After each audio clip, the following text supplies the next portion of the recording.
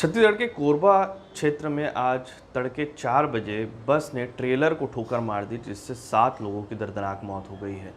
ये घटना इतनी भयावह बताई जा रही है कि सुबह 4 बजे जब बस तेज रफ्तार में थी, खड़ी एक ट्रेलर को उसने बाईं ओर से टक्कर मारा और ऐसे में बाईं ओर से बस के परखच्चे उड़ गए, जिसमें मौजूद यात्री बस के तमाम जो लोग थे उनमें से कई लोग घायल हुए हैं और वहीं 7 लोगों की मौके पर मौत हो गई है, जिनमें कुछ बच्चे भी बताए जा रहे हैं, कुछ महिलाएं भी हैं, कुछ वृद्ध भी हैं। ऐसे में अब तक जो शिनाख्त हो पाई है वो 4 लोगों की ही शिनाख्त हो पाई है। 7 में से 3 लोगों की शिनाख्त अब तक नहीं हो सकी है। हालांकि मुख्यमंत्री भूपेश बघेल ने इस घटना पर दुख व्यक्त किया है और उसके साथ में जो घायल हैं उनके त्वरित उपचार के लिए अधिकारियों को निर्देशित भी किया है। उस दौरान में जो पुलिस मौके पर पहुंची हुई थी उसने एम्बुलेंस को बुलाकर लगातार लोगों को, जो जख्मी थे, जो घायल थे, उन लोगों को जिला अस्पताल भेजने की कवायद शुरू कर दी थी। कुछ लोगों को गंभीर अवस्था में कोरबा अस्पताल भी भेजा गया है। घटना जो है वो बांगो थाना क्षेत्र के आसपास की बताई जा रही है। फिलहाल तमाम जो घायल हैं और जो मृतक हैं उनकी शिनाख्तगी का जो सिलसिला है वो पुलिस की तरफ से अभी किया जा रहा है।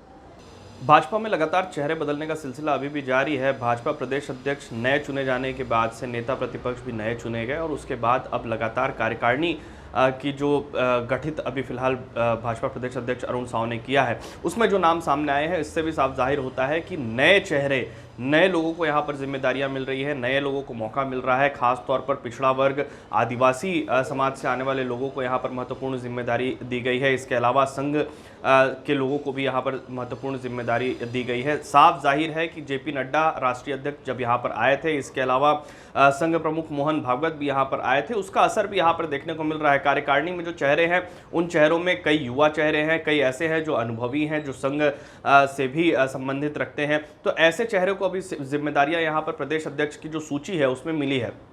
अमित चिमनानी, ओपी चौधरी, कुछ ऐसे नाम है। इसके अलावा कुछ महत्वपूर्ण लोग, शिवरतन शर्मा को यहाँ पर जिम्मेदारी मिली है, नरेश गुप्ता को यहाँ पर जिम्मेदारी मिली है, पवन साय को यहाँ पर जिम्मेदारी मिली है। तो कई ऐसे लोग हैं जिनको, नए लोगों को नई जिम्मेदारियां यहाँ पर सौंपी गई है और ऐसे में साफ जाहिर होता है कि भाजपा ने एक मैसेज जो दिया था कि नए चेहरे यहाँ पर लेकर आएगी भाजपा। एंटी इनकम्बेंसी के कारण विधानसभा का जो चुनाव, उन्होंने महत्वपूर्ण चुनाव 15 साल के शासनकाल के बाद भी भाजपा हार चुकी थी और 15 सीटों पर सिमट गई थी। अब उसको वापस जनता के बीच में भाजपा की पैठ बनाने के लिए और एंटी इनकम्बेंसी को दूर करने के लिए उन चेहरों को बदला गया है, जिन चेहरों से जनता काफ़ी नाराज़ थी, कार्यकर्ता काफ़ी नाराज़ थे। चेहरे बदलने के बाद इसका कितना फ़ायदा आने वाले दिनों में मिलता हुआ नजर आएगा भाजपा को, ये तो वक्त ही बताएगा। लेकिन फिलहाल जो कार्यकर्ताओं की मांग थी, जो पार्टी की सोच थी कि नए चेहरों को लॉन्च किया जाएगा और नए चेहरों से भाजपा की नई छवि छत्तीसगढ़ में बनाई जाएगी, जनता के बीच में नए तरीके से भाजपा यहाँ पर नजर आएगी। अब वो भाजपा जनता के बीच में किस तरीके से जाती है, नए चेहरों के साथ में कितना असरदार साबित होता है, ये आने वाले वक्त में पता चलेगा।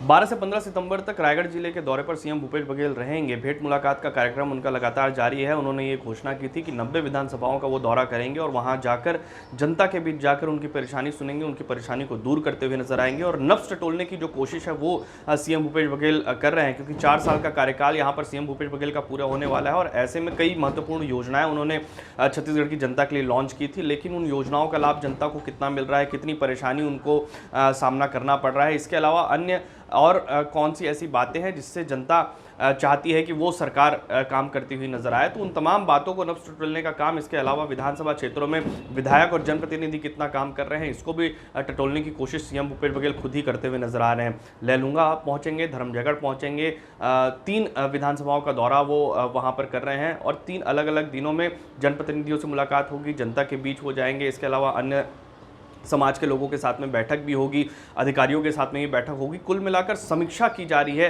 सीएम भूपेश बघेल की तरफ से कि 90 विधानसभाओं में जनता का मूड क्या है और जहां पर ऐसा लगता है कि भूपेश बघेल की सरकार की जो योजनाएं हैं जिनका लाभ वहां पर नहीं मिल रहा है, उसको ठीक करने की कोशिश, क्योंकि 1 साल का अब वक्त ही बचा है आने वाले विधानसभा चुनाव को लेकर। तो अब पूरी तरीके से चुनावी मूड में सीएम भूपेश बघेल नजर आ रहे हैं और इसका फायदा हो सकता है आने वाले दिनों में सीएम भूपेश बघेल कांग्रेस की सरकार को मिलता हुआ नजर आए।